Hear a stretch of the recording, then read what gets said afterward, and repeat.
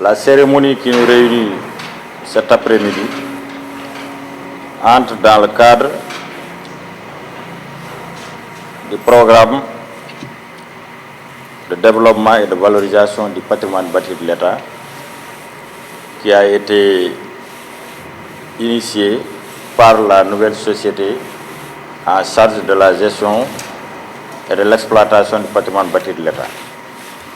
Pour rappel, cette société a été créée pour suppléer à l'Agence de gestion du patrimoine bâti de l'État pour mieux valoriser et développer de façon optimale le patrimoine bâti de l'État afin de permettre à l'administration d'avoir un cadre approprié de travail. En effet, cette mutation est intervenue en février 2022 et une résultante du diagnostic qui avait été fait sur un peu le parc immobilier de l'État. Ce diagnostic avait permis de constater qu'il y avait quand même un paradoxe qu'il fallait impérativement déconstruire. On avait un État premier locataire qui avait quand même et qui a un patrimoine assez important et un État aussi locataire. Donc l'État a un patrimoine assez important mais qui du reste était très vétuste puisque le diagnostic qui avait été fait sur ces bâtiments a montré qu'au moins 68% du parc immobilier de l'État était vétuste, voire très vétuste.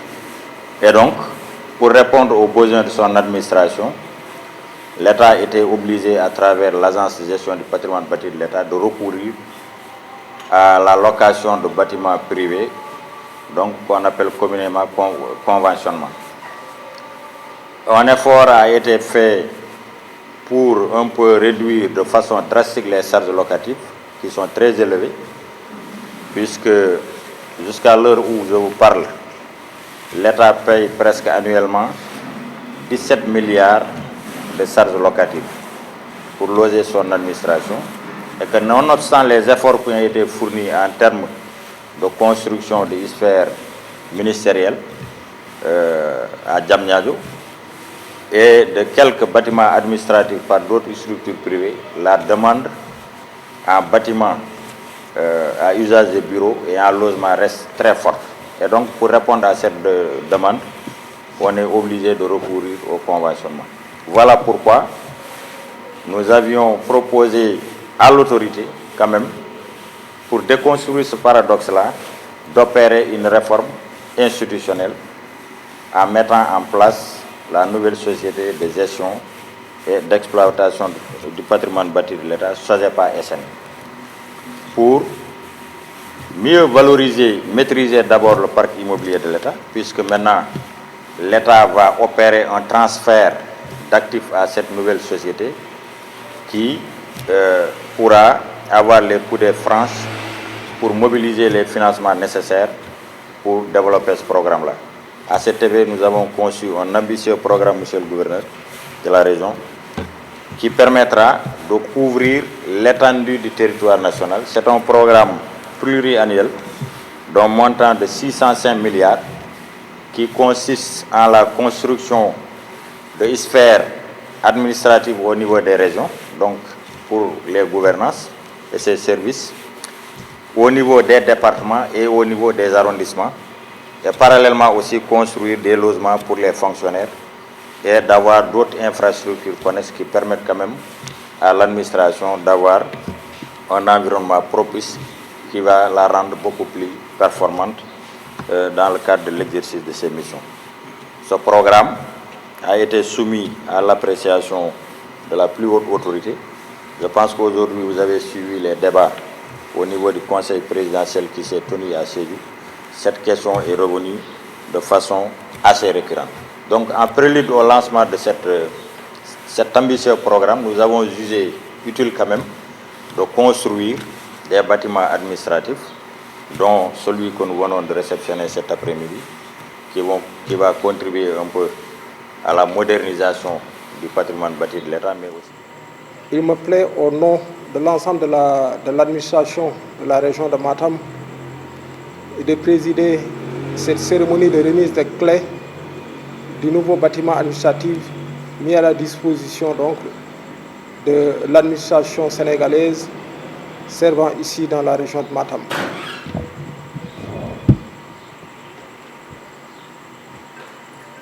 Je voudrais simplement rappeler qu'à l'échelle de l'histoire humaine, la région de Matam est très jeune. Son âge remonte à une vingtaine d'années. C'est une région qui a été érigée sur les fonds en fait, de l'ancien département du département de Matam. Voilà ce qui a fait qu'on a hérité d'un patrimoine bâti de l'État de l'ancien département de Matam.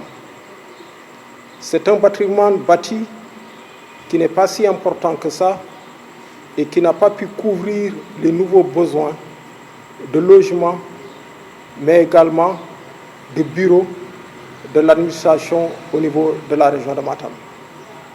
C'est ce qui fait que l'alternative qui a été donc trouvée par l'ancienne agence du patrimoine bâti de l'État, c'était donc de favoriser la convention de bâtiment afin de mettre les agents de l'État dans un minimum de confort pour en arriver donc à des résultats en fait probants. Mais il faudra reconnaître une chose, c'est la volonté du chef de l'État d'œuvrer dans le sens donc d'améliorer les conditions de travail des agents de l'État. Ici, il ajoute également que l'État a engagé un ensemble de réformes allant dans le sens d'une bonne maîtrise des dépenses publiques et d'une utilisation efficiente également des ressources publiques. C'est dans ce cadre donc que l'État a décidé véritablement de réduire certaines dépenses et entre autres dépenses, il y a également la charge locative. C'est ce qui fait donc que l'ensemble de projets ont été initiés dans les différents territoires du Sénégal à l'effet donc de réduire cette charge locative. En quoi consiste cette démarche? Cette démarche consiste tout simplement à construire de nouveaux bâtiments administratifs afin de pouvoir donc résilier les anciennes conventions. C'est donc dans ce cadre que ce bâtiment-là a été réalisé au niveau de la région de Matam. Nous nous en félicitons et profitons également de l'occasion pour marquer notre sentiment de satisfaction à l'endroit donc du directeur général de la SOGEPA. Mais également à travers sa modeste personne, le sentiment de reconnaissance s'adresse à l'ensemble donc des membres de sa société qui ont pu engager les diligences nécessaires afin que dans une durée de 10 mois, que l'on puisse étraîner en fait ce nouveau bâtiment. C'est vous dire que les travaux ont été donc réalisés dans le cadre des délais contractuels et nous ne doutons point également de la qualité également de ces travaux. L'ensemble des chefs de service de la région de Matam se félicitent aujourd'hui d'étraîner en fait ce nouveau bâtiment qui est très bien construit et qui véritablement répond aux normes et certainement participera à améliorer beaucoup les conditions de travail donc, des chefs de service.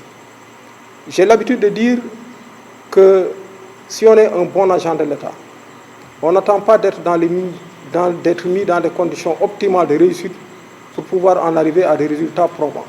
Si on le fait, c'est parce que tout simplement on n'est pas méritant.